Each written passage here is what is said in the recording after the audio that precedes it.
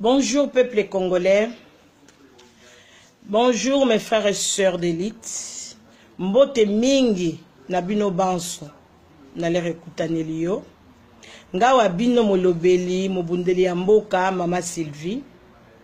Pesi bino mbote mingi. Na mingi kolobelela ndeni tozo vivre na kati ya communauté na biso congolaise, surtout biso ba combattants na ba résistants. Franchement, poto et koti entre biso ma casse na nenga mkete. Parce que ceux qui n'ont les kananzela, bon tu maman combattante. Oh, ndeni bino na kati ya combat, bokomi ko fingana, bokomi ko sal, bokomi en fait bo so la bienté entre bino. Mes frères et sœurs. Biso na bino bandeko na nga ba combattant ba résistant. Conscience na biso nde telemaka tozomona makambo oyo ezoleka na mboka eza malamu te nde esalaka ke mutu na mutu atelema abundelela mboka na ye Congo. Mais lelo ekomi tokomi na ba haine entre biso, tokomi na kolingana te entre biso, tokomi na mutema mabe entre biso, tokomi na kibongai entre biso. Donc ça ne va pas. Soki oaki ko bundela mboka pona bongai oko finir na robima kolabo. Soki oaki ko bundela mboka ke lobika po ngande nazala nanyo oko suka na kolia ba miette ebele bozawana bolie ba miette e sopi bino bomi yebi nde nazoloba ozotala mama Sylvie ah on dirait ka azala kile ba pesa kingai bomi yebi nde ba place bozawana ba pesio miette bango bazolia ba millions. Or que to bundela ki mboka po lobby vie sociale za la malamu, éducation za la malamu, misale za la mboka. Donc en fait to vivre peu lokola ba mboka musupe ndenge za ko vivre. Mes frères et sœurs.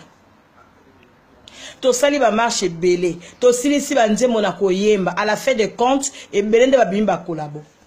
Au moins que bundi bitumba mbula à la fin de compte aux miette ma bête.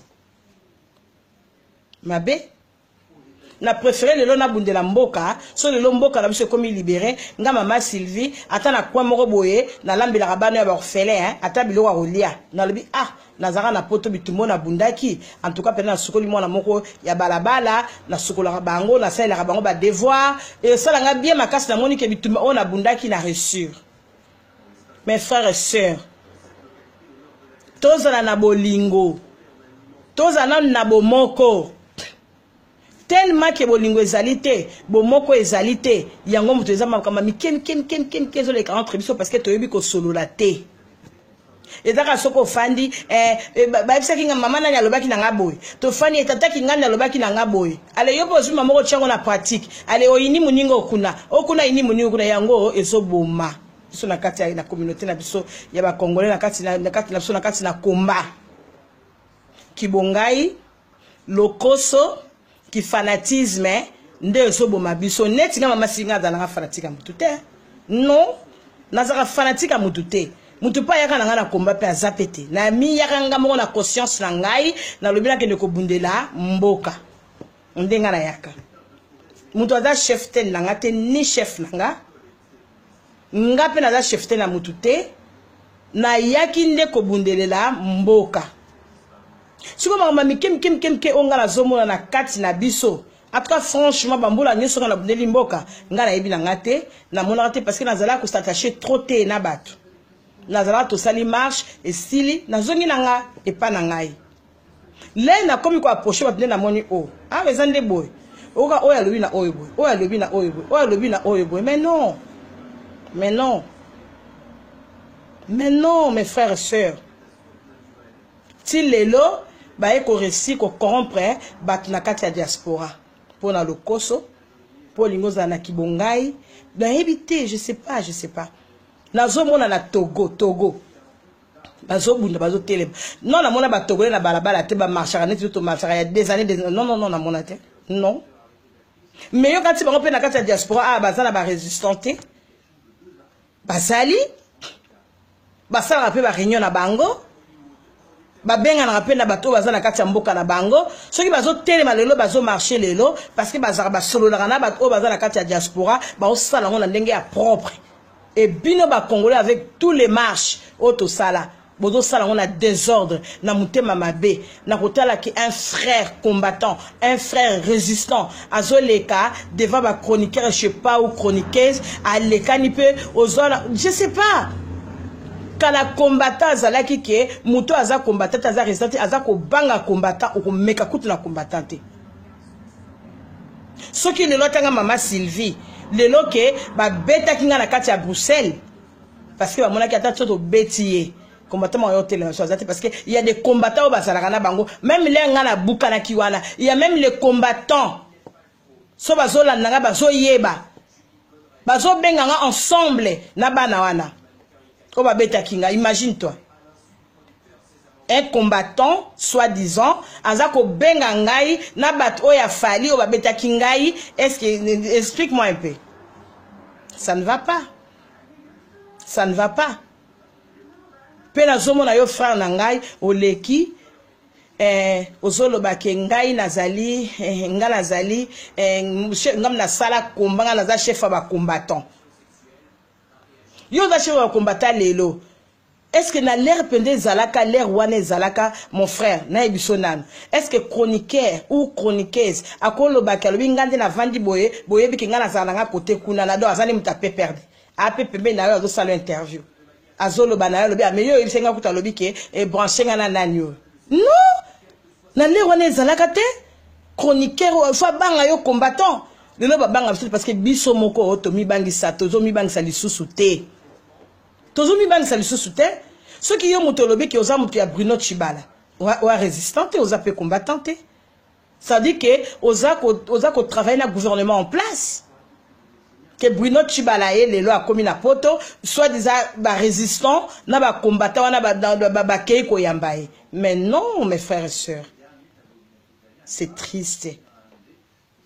Mon boulot est continue à kati ya diaspora. Mon boulot est entre nous les combattants. Tous les cas mingi to solo la makambo o etali mboka. To solo la makambo lokola elo ba zaki mamba passeport o le cas ne le lobby mais non, ça peut pas marcher comme ça. O expliquer mamba passeport. Hôtel on dembo kala biso le comme ba pasteur, ba magicien, ba pasteur et tout tali bi non, de lo soki mboka la biso to libérer mboka. À droite tout ba église wala nyon se faut ko kanga ngona ko sukola mboka.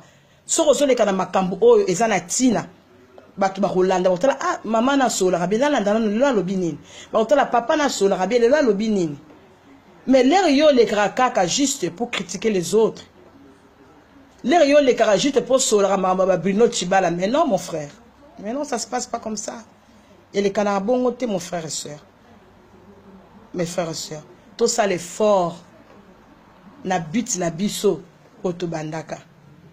Franchement, les namona qui interviennent dans mais c'est pas possible.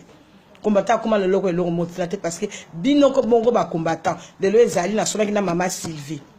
Ceux qui mutumo ko azana ba faire mama Sylvie yo kaka combattant ou combattante ou appuyer. Lobi kuna oya ko finga nani comme Esther la grâce. Allez yo mama moko ou tata moko ou appuyer kuna. C'est la honte ça. Lobi kuna muto ako finga tiri les commandos. Lobi kuna muto ako finga mama Koko Madera. Allez bino bo appuyer.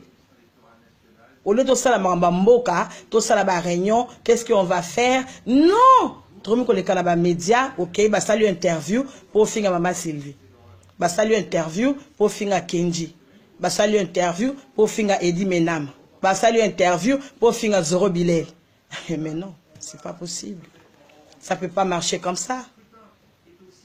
Moi, les combattants, idéologie, mon Kabila dégage. C'est mes frères et sœurs d'élite. Ou aza collabo, aza frère nangate, to rosa naï parce que toi l'idéologie mon côté. Les restes, on va me dire la mboka solo, le ko la maman Sylvie c'est mes frères. Tout ça les forts, tout ça on a la valeur na so na ngoya ba combattant, na valeur so na ngoya ba résistant. Na ko mona lelo, même na kati ya ba mangomba mususu.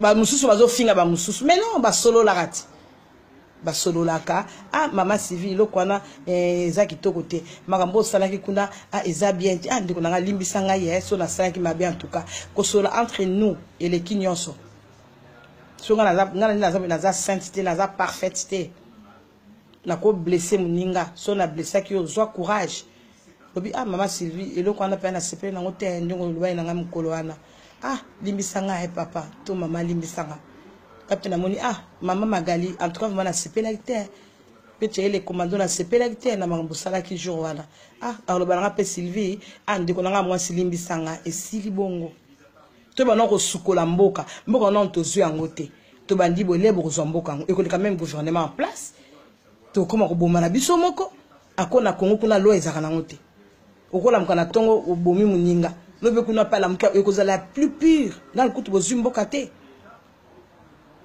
déjà mtoto ça se proclamer ngai nanyo kibo ngai eleki fanatisme eleki bandeko nanga botika na ndengwa na ko s'il te plaît botika bongo et mon avanda kanatali kombata zaki mutu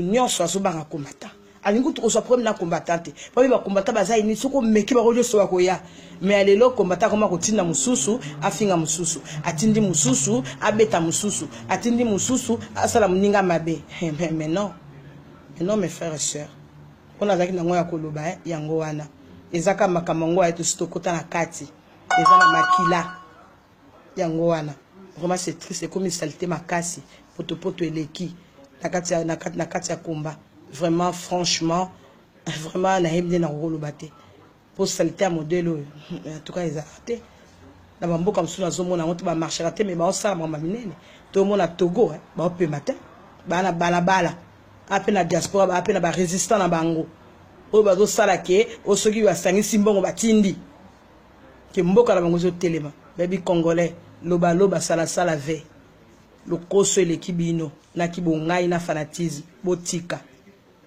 ezaki nganga bino mama Sylvie molobeli ya mboka ingeta di Congo da